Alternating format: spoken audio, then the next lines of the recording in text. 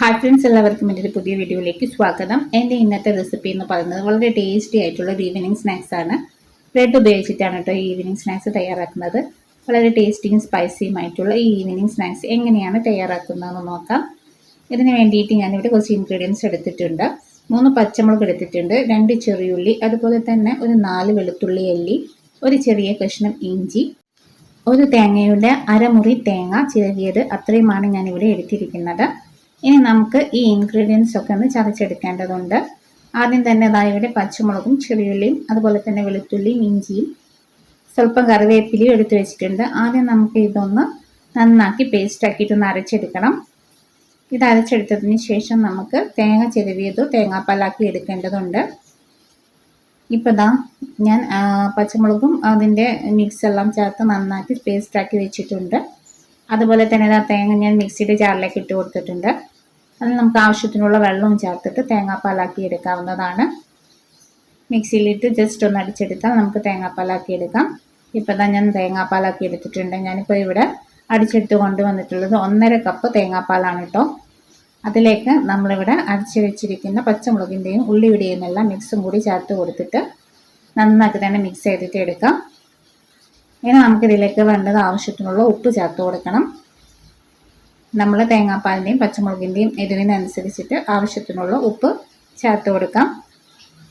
നമ്മൾ തേങ്ങാപ്പാൽ ഇപ്പോൾ ഇവിടെ 1.5 കപ്പ് തേങ്ങാപ്പാലാണ് എടുത്തിരിക്കുന്നത്. അപ്പോൾ അതിൻ്റെ എരിവിനനുസരിച്ചിട്ടാണ് പച്ചമുളക് ചേർത്ത് കൊടുത്തിരിക്കുന്നത്. ഒരു 3 പച്ചമുളക് ചേർത്ത് കൊടുത്തപ്പോൾ തന്നെ ആവശ്യത്തിനുള്ള എരിവായിട്ടുണ്ട്. ഇനി ഇതിലേക്ക് ഞാൻ 2 കോഴിമുട്ടയാണ് ചേർത്ത് കൊടുക്കുന്നത്. കോഴിമുട്ടയും ചേർത്ത് കൊടുത്തിട്ട് നമുക്കിത് നന്നാക്കി തന്നെ മിക്സ് ചെയ്തിട്ട് എടുക്കണം. എൻ്റെ ചാനൽ ആദ്യമായിട്ട് കാണുന്നവരാണെങ്കിൽ ചാനലൊന്ന് സബ്സ്ക്രൈബ് ചെയ്ത് സപ്പോർട്ട് ചെയ്യണേ. അതുപോലെ തന്നെ വീഡിയോ ഇഷ്ടപ്പെടുകയാണെങ്കിൽ ലൈക്ക് ചെയ്യാനും സബ്സ്ക്രൈബ് ചെയ്യാനും അതുപോലെ തന്നെ കമൻറ്റ് ചെയ്യാനും ഒന്നും മറക്കരുത്. ഇപ്പോൾ ഞാനിവിടെ കോഴിമുട്ടയും ചേർത്തിട്ട് നന്നാക്കി തന്നെ ഒന്ന് മിക്സ് ചെയ്തിട്ട് എടുക്കുന്നുണ്ട്. തേങ്ങാപ്പാലും കോഴിമുട്ടയും അതുപോലെ തന്നെ വെജിറ്റബിൾസും എല്ലാം ചേർത്തിട്ട് തന്നെ നന്നായിട്ട് മിക്സ് ചെയ്തിട്ട് എടുക്കാം. മിക്സ് ചെയ്തതിന് ശേഷം നമുക്ക് ഉപ്പ് ആവശ്യത്തിനുണ്ടോ എന്ന് നോക്കിയിട്ട് ഉപ്പ് ചേർത്ത് കൊടുക്കാവുന്നതാണ്. ഞാനിപ്പോൾ ഇവിടെ 8 സ്ലൈസ് ബ്രെഡാണ് കേട്ടോ നമ്മുടെ ഈ സ്നാക്സ് തയ്യാറാക്കാൻ വേണ്ടിയിട്ട് എടുത്തിരിക്കുന്നത്. ഞാനിപ്പോൾ ഇവിടെ ഒരു പാൻ വെച്ച് കൊടുത്തിട്ടുണ്ട്. പാൻ നന്നായിട്ട് ചൂടായിട്ട് വരുമ്പോൾ ഞാൻ ഇതിലേക്ക് ചേർത്ത് കൊടുക്കുന്നത് നെയ്യാണ്. ഞാനിപ്പം ഒരു 3 ടേബിൾ സ്പൂൺ നെയ്യ് ചേർത്ത് കൊടുക്കുന്നുണ്ട്. നമുക്ക് ബ്രെഡ് വേവിക്കുന്നതനുസരിച്ചിട്ട് നെയ്യ് ചേർത്ത് കൊടുത്താൽ മതി.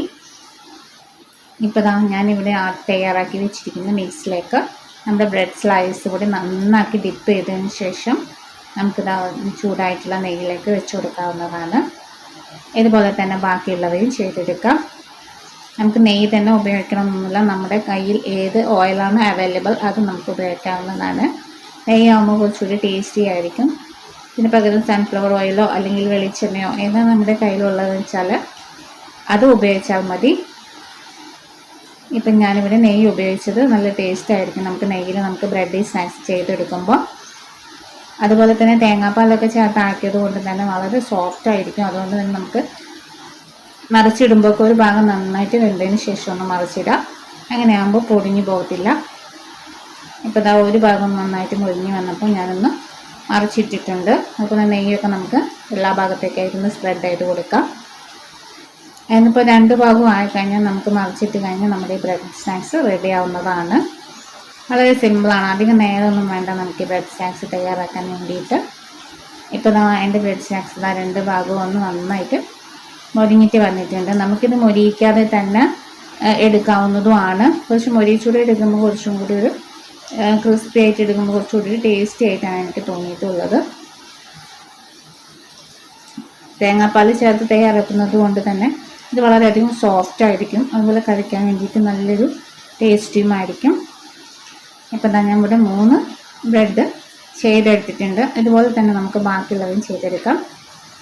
നെയ്യ് നമുക്ക് തീരുന്നതിനനുസരിച്ചിട്ട് ആവശ്യത്തിനുള്ളത് ചേർത്ത് കൊടുക്കാം. ഇപ്പോൾ 2 ടേബിൾ സ്പൂൺ മുതൽ നെയ്യ് ഞാൻ ചേർത്ത് കൊടുത്തിട്ടുണ്ട്. എന്നിട്ട് നമുക്ക് ബാക്കിയുള്ള ബ്രെഡ് ഞാനിപ്പോൾ 3 ബ്രെഡ് വെച്ചിട്ടാണ് നമുക്ക് ഈ പാനിലേക്ക് ചേർത്ത് കൊടുക്കുന്നത്. അടുത്തതും നമുക്കിത് തേങ്ങാപ്പാലിലും നമ്മുടെ ഈ മിക്സിൽ ചേർത്ത് കൊടുക്കാം. എന്നിട്ട് നമുക്കിതുപോലെ തന്നെ ചുട്ടെടുക്കാവുന്നതാണ്. വളരെ സിമ്പിളാണ് കേട്ടോ ഇത് തയ്യാറാക്കാൻ വേണ്ടിയിട്ട്. അതുപോലെ തന്നെ ഈ ബ്രെഡ് സ്നാക്സ് നല്ല ചൂടോടുകൂടി കഴിക്കാൻ വളരെ ടേസ്റ്റിയാണ്.